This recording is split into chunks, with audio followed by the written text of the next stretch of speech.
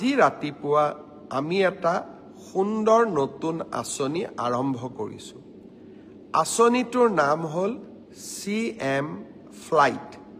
Flight মানে বিমান নহয়, কিন্তু CM ফ্লাইট হ'ল এনে এখন আঁচনি যাৰ দ্বাৰা আমি অসমৰ ল'ৰা ছোৱালীয়ে যাতে জাপানলৈকে গৈ, জাৰ্মানীলৈকে গৈ, সাউথ কোৰিয়ালৈকে গৈ চাকৰি কৰিব পাৰে, তাৰ বাবে আন এখন দুৱাৰ মুকলি কৰি দিয়া।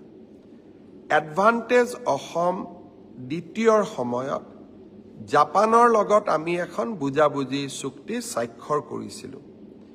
উদ্দেশ্য আছিল অসমৰ 50,000 ল'ৰা ছোৱালীক আমি জাপানত নিযুক্তি দিয়া, কৰ্ম সংস্থাপন দিয়া।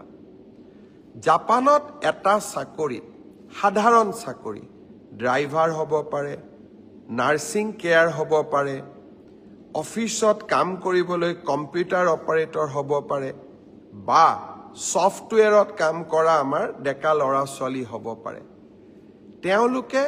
তেওঁলোকৰ মাহিলী দৰমহা হ'ল 2 লাখ টকা।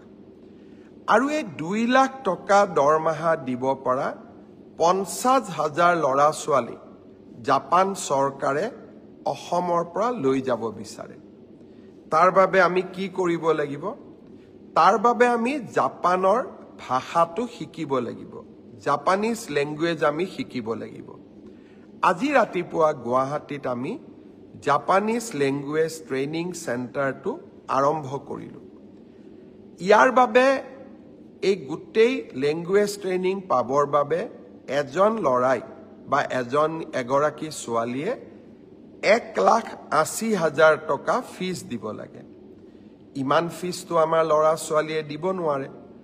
তাৰ কাৰণে আমি সিদ্ধান্ত লৈছোঁ যে 1,80,000 টকাৰ 1 লাখ টকা ৰাজ্য চৰকাৰে দিব। জাপান চৰকাৰেও 50,000 টকা দিব। তাৰ মানে নিবনুৱা যুৱক যুৱতীগৰাকীয়ে কিমান দিব লাগিব? মাত্ৰ 30,000 টকা দিব লাগিব। আৰু এই 30,000 টকাও এক্সিছ বেংকে ঋণ হিচাপে দিবলৈ সাজু হৈ আছে। মই ছাত্ৰ ছাত্ৰীসকলক অনুৰোধ কৰিম যে আপোনালোকে যিসকলে ভাবে যে আমি জাপানলৈ গৈ চাকৰি কৰিম, আমাৰ পৰিয়ালটোৰ গোটেই অৰ্থনৈতিক ভেটি আমি পৰিৱৰ্তন কৰিম, আৰু যিসকলে এই প্ৰত্যাহ্বান ল'ব বিচাৰে তেওঁলোকক মই অনুৰোধ কৰিম, অহা কালিৰ পৰা আমি ক'ত আবেদন কৰিব লাগে, কেনেকৈ কৰিব লাগে, টিভি সমূহতো দিম, মোৰ সামাজিক মাধ্যমতো দিম, আৰু বাতৰি কাকততো দিম। আপোনালোকে জাপানিজ লেংগুৱেজ যিটো আমাৰ ট্ৰেইনিং চেণ্টাৰ আমি কৰিছোঁ, তাত আপোনালোকে যোগদান কৰক। 16টা বিভিন্ন মাধ্যমত, অৰ্থাৎ ড্ৰাইভাৰ হ'ব পাৰে, কেয়াৰ গিভাৰ হ'ব পাৰে, নাৰ্ছিং হ'ব পাৰে, কম্পিউটাৰ অপাৰেটৰ হ'ব পাৰে, এই 16টা ষ্ট্ৰীমত আমি ল'ৰা ছোৱালীক জাপানিজ লেংগুৱেজৰ প্ৰশিক্ষণ দিম। আৰু এই প্ৰশিক্ষণ যদি আপোনালোকে লয়, জাপানত গৈ 2 লাখ টকা মাহেকী লাভ কৰিব পৰা দৰমহাত চাকৰি কৰিব পাৰিব।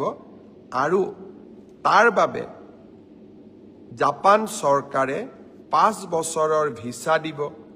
তাৰ পিছতো যদি আপোনালোকে কাম কৰি থাকিব খোজে, ভিছাৰ এক্সটেনশ্যনো দিব। CM ফ্লাইট এটা সুন্দৰ আঁচনি। এই সুন্দৰ আঁচনিটোত আমাৰ ল'ৰা ছোৱালীয়ে আগ্ৰহ প্ৰকাশ কৰক। আমি জাপানত গৈও এখন অসমীয়া ছ'চাইটি আমি গঠন কৰিম। আৰু জাপানে অসমৰ ল'ৰা ছোৱালীক বিচাৰে, কাৰণ তেওঁলোকৰ জীৱন ধাৰণৰ পদ্ধতি আৰু আমাৰ জীৱন ধাৰণৰ পদ্ধতিৰ মাজত বহুত পাৰ্থক্য নাই। আমাৰ অসমীয়া মানুহৰ দৰেই তেওঁলোকৰ স্বভাৱ চৰিত্ৰ সহজ সৰল মৰমীয়াল। জাপানৰ লোকসকলৰো চৰিত্ৰ তেনেকুৱাই। আজি এই সম্পৰ্কত মই দিয়া ভাষণটো মোৰ ফেচবুক পেজত আছে। আপোনালোকে অনুগ্ৰহ কৰি মোৰ ভাষণটো শুনিব চেষ্টা কৰিব। গোটেই কথাখিনি আপোনালোকে বুজি পাব।